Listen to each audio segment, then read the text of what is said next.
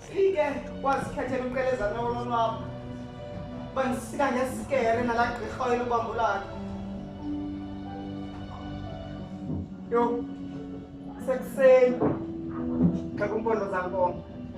Ngikhalelwa lusana. Ndike ndathi ngumoya wobuthi.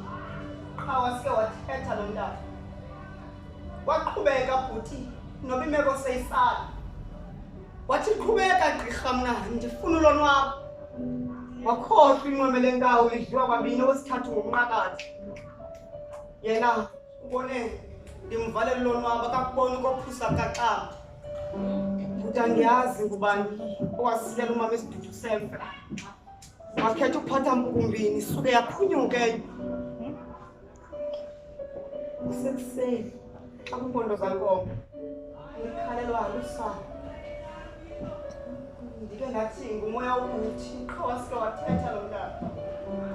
Ityala lam kumama ndilazi kodwa uyakuyiva into embi eyavuka nguhlili mhlawuxa bexhaqulana engasayazi ukuba into etyiwayo ukutya okunenyama uzocinga ulandelwa ngamathunzi obumnyama acinga umsebenzi akawufumani kube ngumntu omnyama alibali uba nguye owenza imikhuba namanyala esiphiwe ngumdali wakhetha usenza sinyamalala umama ngowayegcine iintakumba zakhe wohlulwa yintoni imbovane ethwala inyini akumnandanga ke ngoku ebomini bakhe kunyika inyini sekuseni akumondo zankomo ndikhalela lusana ndike ngathi ngumoya wobuthi qha wasike wathetha lo mntana uthi umama umxelela ndimzondi abantwana ngabafumaniyo naba ndihleli nabo ndizobondla